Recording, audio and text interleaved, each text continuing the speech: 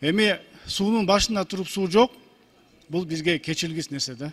Мына кече күнү айтып атабыз, лидингдер эрибесе биз эмне кылалы депчи. Туура. Бирок эми алар эрибейт деп карап отура берсек, күтүп отура берсек, же Каховский ГЭСтен суу келип калар экен деп күтүп отура берсек, ал дагы маселе эмес. Биз маселени чечип беришибиз керек. Биз кантип чече алабыз?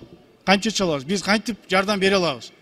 Мен сизге айтып коеюн, мына мэрия город, биздин шаарыбыздын мэриясы өкмөткө 2 жылдан бери кайрылып атыптыр. 2 жыл эмес, 2 жылдан бери кайрылып атыптыр. Бизге жер бергиле. Бизге мына жаңы водозаборлор керек, акча бергиле деп 2 жылдан бери кайрылып атса, өкмөт чечпей келатканын алкагында мына бүгүн бизде суу жок болуп атат. Көрсө 100 миллион сом керек экен, 4 жерден Сокулуктан жана башка жактан 4 жерден жер керек. Ушул маселе чечилсе эле болот эле. Эгерде саат 11-де бизге дагы мүмкүнчүлүк берип коюңуз, бюджет комитети менен отурайлы.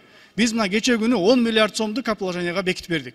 Эми 10 миллиарддын сомдун арасында бир 100 миллион сомду кошо албайбызбы?